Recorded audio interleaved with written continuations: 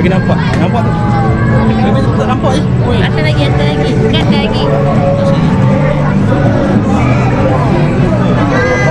Nampak ni. Weh, itu video lah.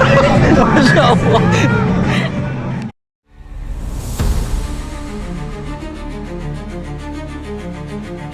Tiba-tiba sakit tekak. Ini gula-gula ni lah. Itu bukan gula-gula coklat. Ayan lah. Kau ada gula-gula? Tak ada.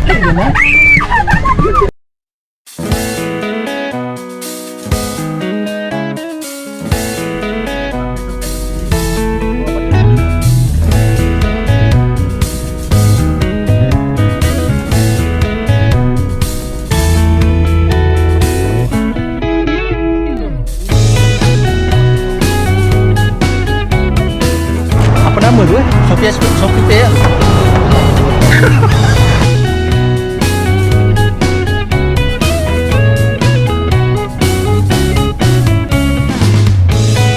Hi guys. Saya dah masuk. Saya malah nak. Hi guys. Hi guys.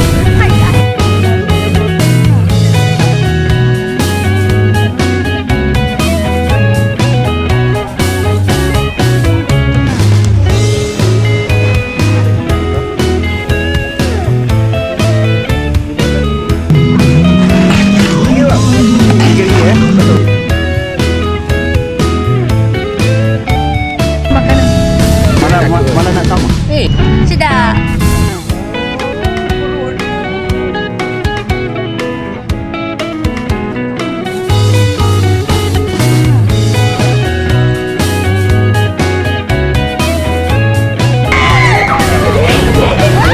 Jauh kau apa? Takut lagi takut.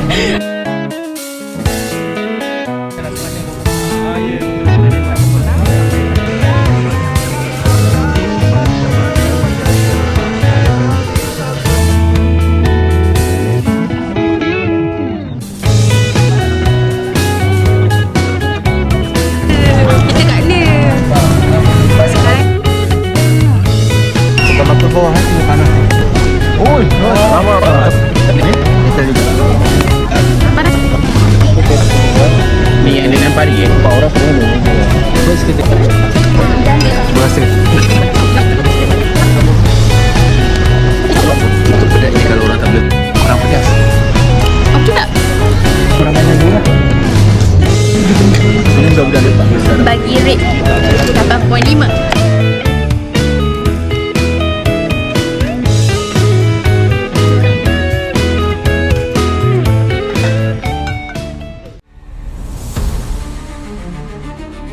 Tiba-tiba sakit tekak. Mek, lock pintu kan, jangan kasi buka.